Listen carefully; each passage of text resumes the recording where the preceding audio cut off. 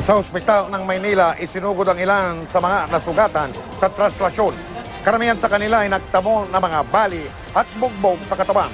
Nakatutok live si Salima Refran. Excuse me, Salima.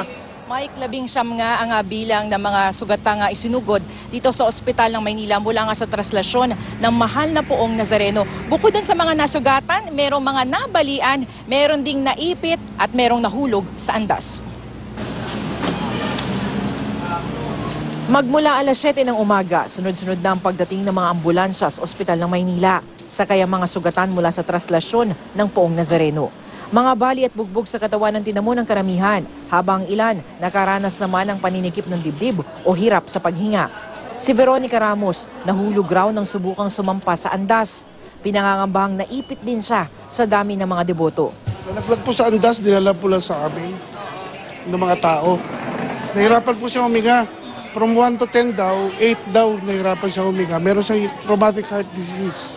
Namimilipit naman sa sakit ang 19 anyos sa si Christian Niebres. Ang kanyang 3 daliri sa paa naipit sa andas ng poon. Sa kabila nito, maswerteng kuko lamang ang tinanggal sa kanya. Sa susunod na taon, susubok daw siya muling umakyat ng andas. Kasama naman po yan lagi.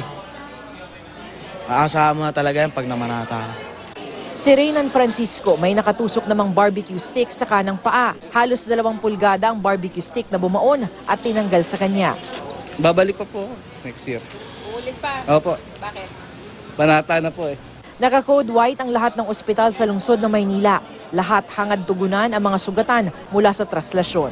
Hindi natin mapipigilan ng mga tao kung talagang devoted talaga sila sa pananampalataya nila.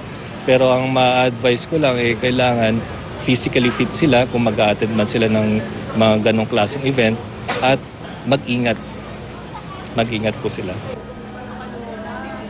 Mike, sa pinakahuling talangan ng Philippine Red Cross, kanina nga alas 5 ng hapon, nasa 1,200 ang bilang ng mga debotong kanilang naserbisyohan sa prosesyon nga ng Mahal na Poong Nazareno. Dito naman sa Ospital ng Maynila, magpapatuloy silang nakaantabay para nga sa iba pang sugatan mula sa traslasyon. Yan ang latest mula nga dito sa Maynila.